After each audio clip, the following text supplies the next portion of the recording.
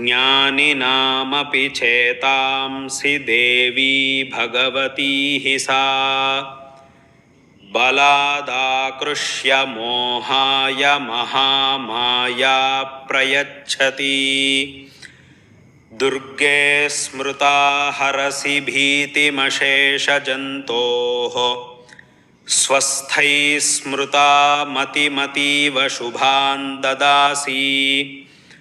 दारिद्र्यदुःखभयहारिणिका त्वदन्या सर्वोपकारकरणाय सदार्द्रचित्ता सर्वमङ्गलमाङ्गल्ये शिवे सर्वार्थसाधिके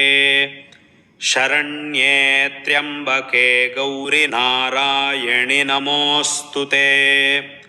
शरणागतदीनार्तपरित्राणपरायणे सर्वस्यार्तिहरे देवि नारायणि नमोऽस्तु ते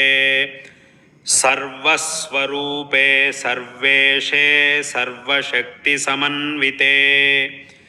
भयेभ्यस्त्राहि नो देवि दुर्गे देवि नमोऽस्तु ते रोगानशेषानपहंसि तुष्टा रुष्टा तु कामान् सकलानभीष्टान् त्वामाश्रितानां न विपन्नराणां त्वामाश्रिता ह्याश्रयतां प्रयान्ति